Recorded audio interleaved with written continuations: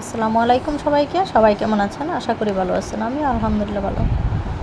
আজকের একটা নতুন ভিডিও নিয়ে আসলাম। দেখুন, অনেক পরামর্শ আছে, সেগুলোই আমি আপনাদের কাছে একটু শেয়ার করতেছি, যেগুলো দেখলে আপনাদের একটু রোগটা সম্পর্কে জানতে পারবেন, সেজন্য একটু দেখিয়ে দিলাম। এটা আমি এক হসপিটাল থেকে এটা ছবি উঠে নিয়ে আসছিলাম, সেজন্য দেখাচ্ছি।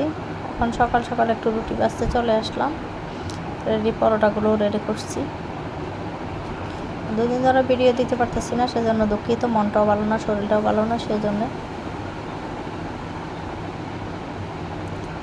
বাচ্চাদের জন্য ওখানে রুটি তৈরি করতেছি। এই রেডি পরোটাগুলোই ছিল, তেল ছাড়া ভেজে দিলাম বাচ্চাদের।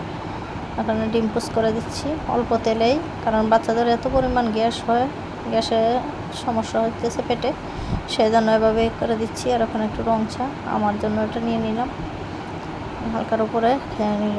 আর অনেক দিন ধরে দুধ চা খেতে মোটেও ভালো লাগে না, সেজন্য দুধ চা বানাইনি।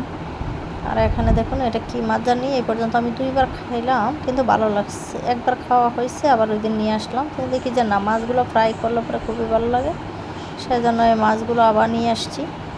আগে কখনো খাই না, অথচ ভাবিদের সাথে চলাফেরা করতে করতে অনেক কিছু খাওয়া শিখে গেলেন। ভালোই লাগে খেতে, একদম মচমচে ফ্রাই করে নিয়েছি। সেজন্য কাজের আপাকে বললাম একটু কেটে দেন। 1 কেজি নিয়ে আসছিলাম, সেগুলো কিছু রেখে দিচ্ছি ফ্রিজের মধ্যে, আর কিছু ফ্রাই করে নিচ্ছি। আর ভিডিওটা তেমন বেশি আজকে বড় করব না, ভালো লাগছে না, এজন্য ছোটো ছোটো ভিডিও দেওয়ারই চেষ্টা করতেছি। কারণ না দেওয়ার চেয়ে ছোটো ভিডিও দেওয়াই বেটার। তো এইটুকু ভিডিও ছিল, চিন্তা করলাম যে এইটুকু আপনাদের সাথে শেয়ার করে অবশ্য আমাকে ভুলে যাবেন। এই যে মাছ ফ্রাই আর আলু ভর্তা করবো, ডাল রান্না আছে, আর মুরগির মাংস রান্না করা আছে, সেগুলো দিয়ে আজকে চালিয়ে নিব।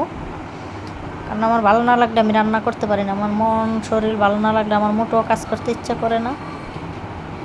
আর যখন ভালো লাগে তখন রান্না করতেই থাকি, মানে করতে ভালো লাগে। তো এখন মাছগুলো ফ্রাই করে নিচ্ছি। আপনারাও এটা কি বলে জানেন, নারকেলি মাছ নাকি ভাবিরা বললো, বাসায় এনে আপনারা এইভাবে ফ্রাই করে খেয়ে দেখতে পারেন কেমন লাগে। আশা করছি ভালো লাগবে। আবার বোনা করলে টমেটো দিয়ে, টক দিয়ে বোনা করলে নাকি ভালো লাগে। তাহলে সবাই ভালো থাকুন, সুস্থ থাকুন। আল্লাহ হাফেজ। আসসালামু আলাইকুম।